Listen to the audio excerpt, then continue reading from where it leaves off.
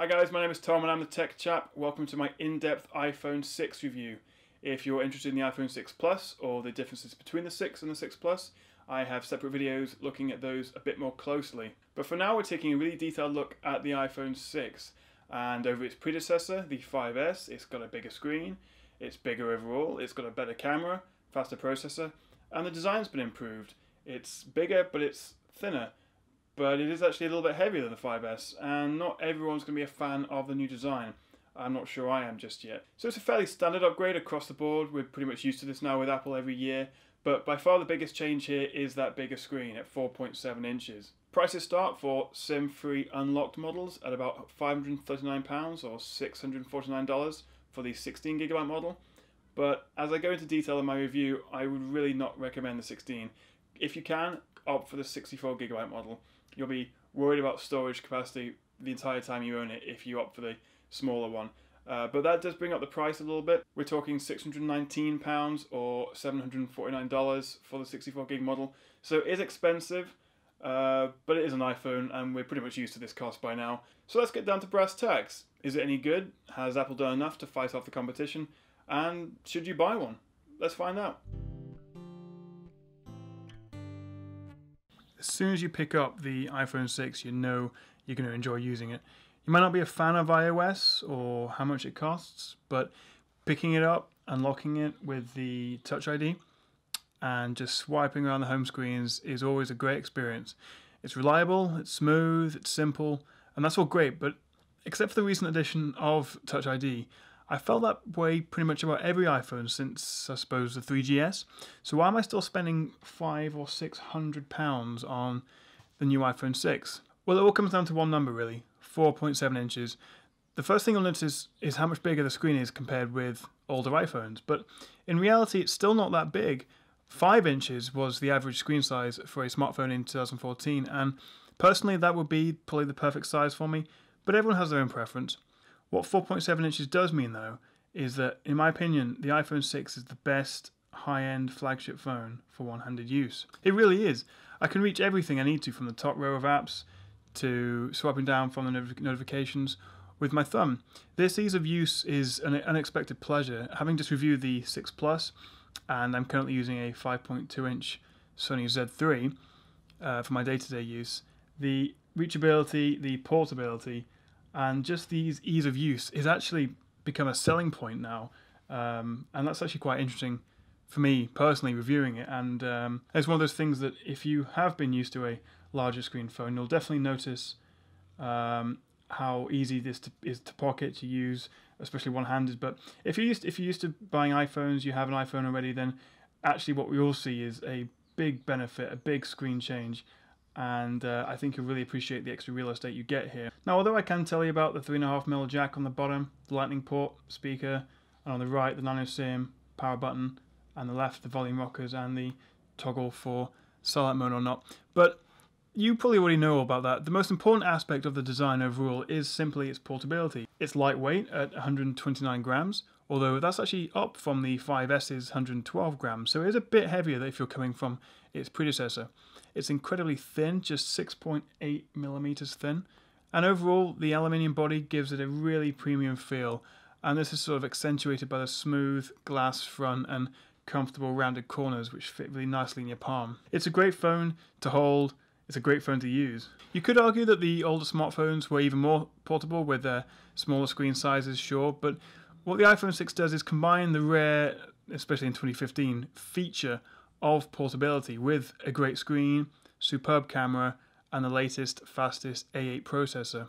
It's this rare combination of power and portability that I really miss in the majority of high-end smartphones. But the design isn't quite perfect in my opinion. I'm not a huge fan of the rear. It looks almost industrial and unfinished, and the protruding camera doesn't really fit, figuratively and literally, with what I've come to expect from Apple's design. It just looks unfinished. I think that's the only way I can describe it, but it's certainly nice, it's smooth, it's more grippable than the iPhone 6 Plus, but that's primarily just because you can fit your whole hand around it. It is a very soft and still quite slippery aluminium body, so you're going to want to put a case on this, not only to cover up the protruding camera, mean it doesn't get scratched, but also it's an expensive phone, so you're going to want to protect it and also perhaps make it a little bit more rugged, a little bit more grippable in the hand. The front bezels remain unchanged, affording it a distinctly average screen-to-body ratio of 67.9%. I don't mind so much since the lower bezel houses the excellent Touch ID, but with the speaker still relegated to the bottom, and easily muffled by your hand I might add, it's a shame they can't trim it down or make greater use of the space. Now let's take a closer look at this gorgeous display. This is a 4.7-inch IPS LED display. That's a resolution of 1334 by 750, which gives 326 pixels per inch, which is not especially sharp. It offers really natural yet vibrant colours, great viewing angles, and producing just under 550 nits is nice and bright even in the broad daylight. The only issue is the slightly odd resolution. As I say, this is 1334 by 750, which isn't as sharp as the 6 Plus, which offers a 1080p, so that's full HD screen, and that actually offers 401 ppi, quite a bit more than this 326. It's a shame, since for nearly 3 generations of Android phones we've enjoyed sharper, full HD or better resolutions. Display size is not dissimilar. If you remember the original HTC One, that was 4.7 inches and full HD. The Galaxy S4 was 5 inches and full HD. It's the same with the Sony Z series. So we're still seeing Android phones taking a bit of a lead here in resolution, and it's one of those things where you may not really care about that, and it's only going to be an issue if you hold this right up to your eye and squint, and you can then maybe just make out the pixels. But it's just one of those things that on paper it does stand out that it's sort of a bit behind the competition, and given the price of it and the rest of the premium components, it seems a bit odd that they just can't increase that resolution. Now, Apple created the Retina display marketing term, and the now slightly overused metric of PPI that I'm actually guilty of using myself, they've fallen behind their own Retina breakthrough in a way. The argument that higher res displays use more battery life is true, although to what extent is debatable. And that would be a valid argument if it was a ludicrous sort of quad HD, like 1440p display, but it's not even 1080p. And as we'll see in the battery life section, it's not exactly enabling a fantastic battery performance either. So we're not really seeing any gain from the slightly lackluster resolution here. So on paper it's falling behind the competition a little bit, but in reality it's fine, and thanks to the well-calibrated display, it remains one of the best smartphone displays you can find. Another great feature is the oleophobic coating. If I turn the screen off, you may be able to see a little bit more clearly, but it works really well to prevent fingerprints and smudges and keeps the screen relatively clean and grease-free. I can put my greasy fingers on here, and even in broad daylight, it only sort of offers a slight smudging to it, but it's a lot better than most smartphones and ensures that this really nice, beautiful, smooth, soft glass remains pretty clean. So except for the resolution, I think the only area I'd like to see improvement on in terms of the display is the strength of the screen. The current ion strengthened glass is fragile and susceptible to nicks. Don't know if you can make out, there's a slight scratch at the top left here. I think you can just make out here, right there. And I'm pretty careful with my phones. I deal with a lot of phones, and this is actually the only phone I have slightly scratched, and it's a shame because although it's not doesn't really affect anything, it's purely cosmetic. I can see it when the light reflects on it, and it just takes away from a bit of the premium overall feeling. It is fragile, it's susceptible to nicks and scratches, and from my own experience, as I say, and that of my friends, the iPhone 6 glass is still relatively easy to scratch and prone to crack if dropped. It would be great if they could finally use the sapphire glass protection that's been rumoured, or even utilise Gorilla Glass 3 or 4 that we've seen on many Android phones. So its fragile glass adds to the already delicate feel of the device, but as long as you're careful with it, it's still one of the best displays you'll find. Moving on to look at the performance and storage, it's pretty simple really. This is the fastest iPhone you can buy. It features a 64-bit A8 processor clocked at 1.4 GHz, alongside the M8 Motion coprocessor, which handles the sensors and bits and bobs, and 1 GB of RAM. In benchmarks, it's actually slightly faster than the iPhone 6 Plus. I'll talk a bit more about that in the comparison video between the 6 and the 6 Plus. But essentially, the iPhone 6 only has to push around 1 million pixels at this resolution for the display, whereas the iPhone 6 Plus has about 2.7 million. So although the 6 Plus gets a sharper screen, it does require more horsepower, which it doesn't have to push those extra pixels. So in synthetic benchmarks like Antutu, you'll see that this is incredibly fast. The iPhone 6 Plus scores around 47,000, and as you can see here, this is over 51,000.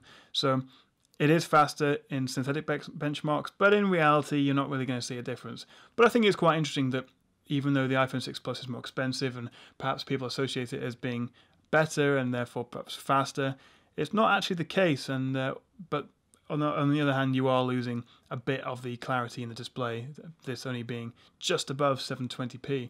So in reality, both extremely fast, very reliable, and will play all the latest demanding games and apps from the App Store. So what better way than just to demonstrate with a quick game of Asphalt 8.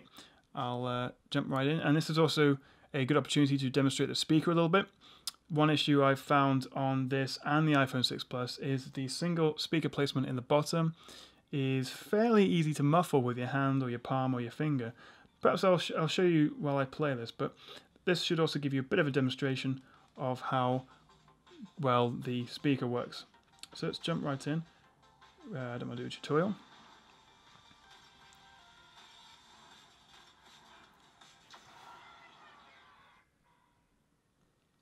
So I'll give it a bit of volume so you can hear what's going on.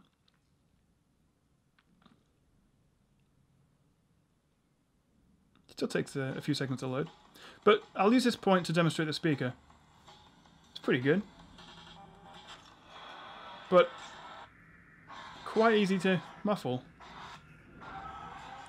But I'll come back to that for a second. Just at this point, let's just demonstrate how this runs flawlessly and except for my driving skills, you'll appreciate that that's not a good start. I've played numerous games on this. They all run absolutely flawlessly. You can't get a faster iPhone, as I say, and only the iPad has a slightly faster chip, but that's with the 8X, but that's pushing an even higher resolution display. So essentially this is the fastest iPhone you can get. So if it's on the App Store, you can play it well. But let's go back to the speaker. It sounds pretty good. It's punchy, it's bassy, and it's actually pretty good for just a single speaker on the bottom.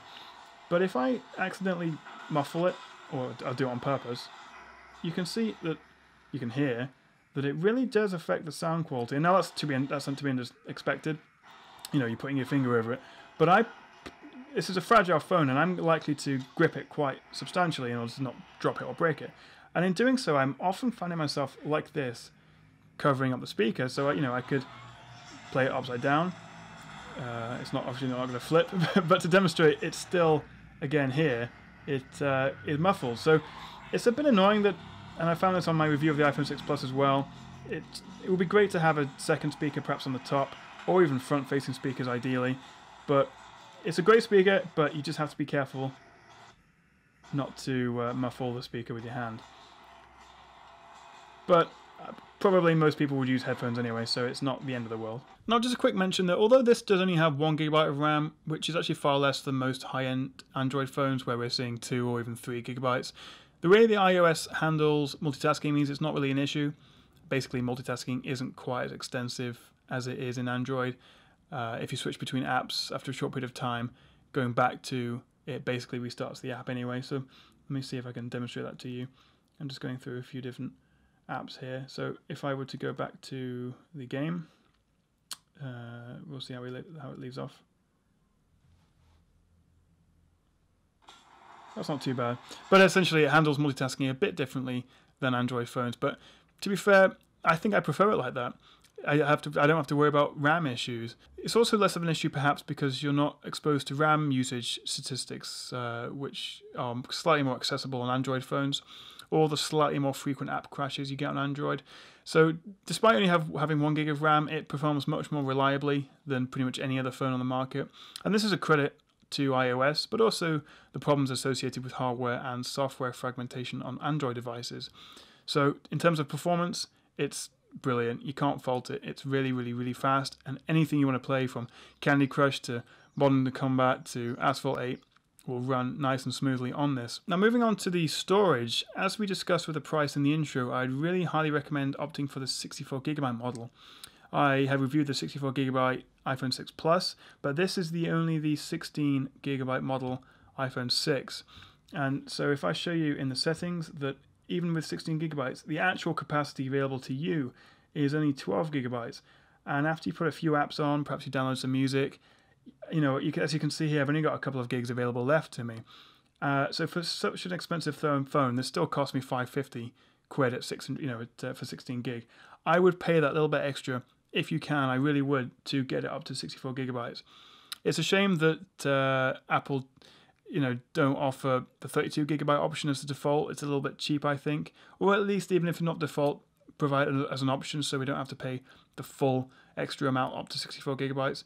But that's genuine advice to you. Please do go for the 64 if you can. I mean, this works perfectly fine, sure, but you're going to be struggling with it. You're going to be fighting with the storage all the time. You're going to be deleting apps, and it's just going to be taking away from the overall enjoyment of the phone. Now, in terms of battery, we have a 1810 milliamp hour battery inside, and that doesn't sound particularly big, but size isn't really usually a good indicator of battery performance in iPhones, mainly due to the more efficient optimized hardware and software. Now, it's non-removable, of course, and unfortunately it's sort of the one thing in my testing that doesn't quite match the rest of the spec of the phone.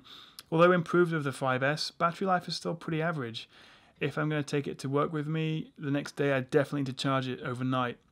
In my testing, it lasted just over 30 hours. My use, I would say, is pretty typical. It includes a bit of Spotify, a couple of hours of web browsing, maybe half an hour of gaming, and a fair amount of standby, and the odd photo or video. So just over a day, really, which is fine. It's an improvement over the predecessor, but it's still a long way off what we're seeing in the rivals like the Sony Z3. So bear in mind, it's not the best battery life, and we'll take a close look at the 6 versus 6 Plus battery comparison in that separate video. So go and check that out if you'd like, because that is a fair bit better than this, and one of the main reasons actually you might want to consider going for the bigger phone. So it will do you fine. It will get you through the day, but either have a power pack with you or make sure you have a charger overnight, because you're not going to get 2 days out of this, that's for sure. And it's just one of those things that falls down a bit, and as we go back to the display, this isn't pushing even a full HD display, so it's a shame we're not seeing a little bit better performance in terms of battery life from this. So I think it's about time we take a close look at the camera. A good camera is something pretty much everyone wants out of their smartphone, and the iPhones have a long and successful history of producing excellent stills and videos. So how does the iPhone 6 fare? Well, spec-wise, we have an 8 megapixel rear camera and a 1.2 megapixel front camera, both with f2.2 aperture, and both, from my testing, are really, really good. So, as I'm sure you know, with megapixels, they don't mean an awful lot. For example, in my opinion, this iPhone 6 takes better pictures with its 8 megapixel camera than the 20.7 megapixels you can find on the Sony Xperia Z3. But that comes down to software, sensor size, aperture size, and a whole range of things. But essentially, don't worry that lots of alternatives and Android phones have far greater number of megapixels. It really isn't about that, as HTC tried to prove, but actually weren't quite so successful with their HTC One series. But as always, the proof is in the pudding. So let's take a look at some of the snaps I took this morning. Now, the first thing I'll say is, and I mentioned this in the iPhone 6 Plus, is that the 4:3 aspect ratio of the sensor does annoy me a bit.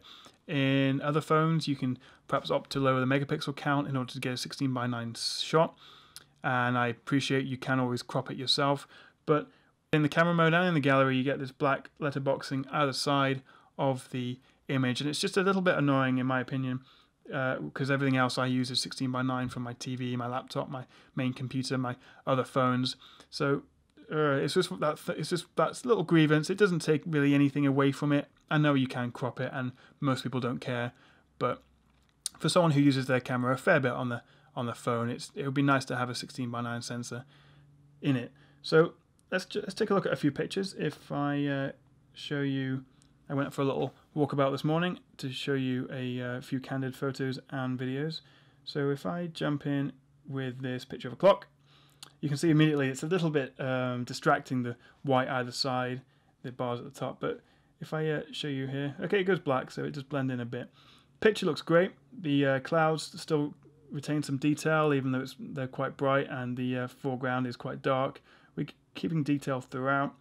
Colors look nice, but iPhones have always taken good pictures. They're usually ahead of the competition, to be fair, and I think this is still the case here. Aside from perhaps the Galaxy Note 4, which maybe has a slightly better camera, this is really excellent and will do you just fine in pretty much any situation. So the clock looks good. Let's move on to these flowers. If I zoom in, everything looks nice and bright and crisp.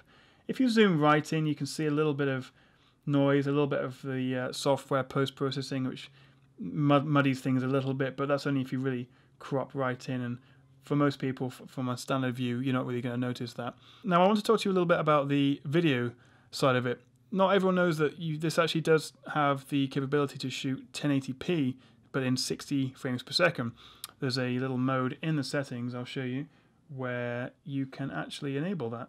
So it's fairly hidden away though. If you scroll a fair way down to Photos and Camera, and then you scroll down again, there will be an option called Record Video at 60 FPS, and this is defaultly disabled, so you may not even know about it. Whether you want to use it as a personal choice, it does make things look a bit more like a soap opera, but I quite like it. But anyway, I decided to shoot some video in both 30 and 60 FPS to show you the difference between them, and you can see which one you prefer. So if we go back to the video, I believe this first video is in 30 frames per second.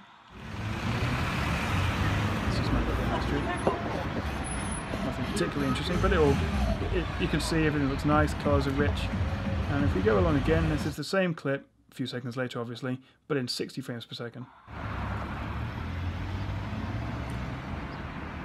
So there's a perceptible but fairly subtle smoothness to the whole thing, and I think I quite like it. It gives everything a little bit more of a modern, slightly more futuristic look. Let me play it again for you. And it's just quite a nice feature. I mean, this doesn't have 4K video recording, but I still think that's a bit of a gimmick, so I won't take points away from that. But if we just continue scrolling through a few more photos, you can see throughout that colours are nice, it's natural looking, nothing's particularly blown out. That sky is nice and colourful. The different colours on the shop fronts are natural but still vibrant, I think you'd agree. I really am a big fan of it, and although this doesn't have optical image stabilization, which the iPhone 6 Plus does have, and again that's something we'll look at in the comparison video, it shoots really nice, really crisp, and even if you zoom right in, it still retains that quality throughout. So I'm very impressed with the smartphone here, and even in difficult lighting where the sky is really bright and perhaps the ground is a bit dim or a bit dull, it works well and it produces some nice pictures. Now, one thing I will look at, as I say in the comparison, is the OIS, the optical image stabilization, but I'll just show you simply walking through a field, and you can see how stable it is, how well it comes out. And usually when you're walking and filming, you do get quite a significant sort of bump each time you place a new step, and although you can see that in the video, it's not as noticeable as it was on other phones, and actually is better than I thought it would be. This is still at 60 frames per second as well, because I just prefer shooting at that. But that's a personal preference and something you'll have to think about. But again, I'm so impressed with the video. The quality of stills does carry over to video, and sound quality is also really nice. And this fairly interesting sort of macro picture of this tree bark, you can really see the detail you can get in the picture. So it's great for vista shots, panoramic shots, but also great really up close and even in difficult sunlight. Now, the front-facing camera, as I say, is 1.2 megapixels, and it's pretty good. It shoots at 720p, and it will, as I've said in most of my videos, I don't really take selfies or use a front camera that much, but for the benefit of this, I apologize, but I have taken a couple of selfies, and pretty good. It's not something I use all the time, but for a lot of you, a good front-facing camera will be important. Before we finish on the camera, I want to show you a couple more of the slow-mo and time-lapse photos features. But a great shot, my cat likes to jump on a different chair, so I managed to time it just right, so I caught the video of it in slow motion, so I'll show this to you now. Unfortunately, my cat is quite old and a little bit overweight, so she doesn't actually make the jump. I think that's because the Newton's third on the cushion that she's standing on pushes back as she goes forward. But it's a great video, and I'm really pleased I got it. And it just shows if you capture it at the right moment, you can get some great and really interesting videos from the slow motion feature. And pause out and fell short. It's a great video, and it just shows what the kind of things you can do with the slow motion. It's really interesting, and this isn't particularly good lighting, as you can see. It's a little bit noisy, but it still works pretty well, so I'm impressed with it. Now, finishing on the camera, we got the time-lapse feature.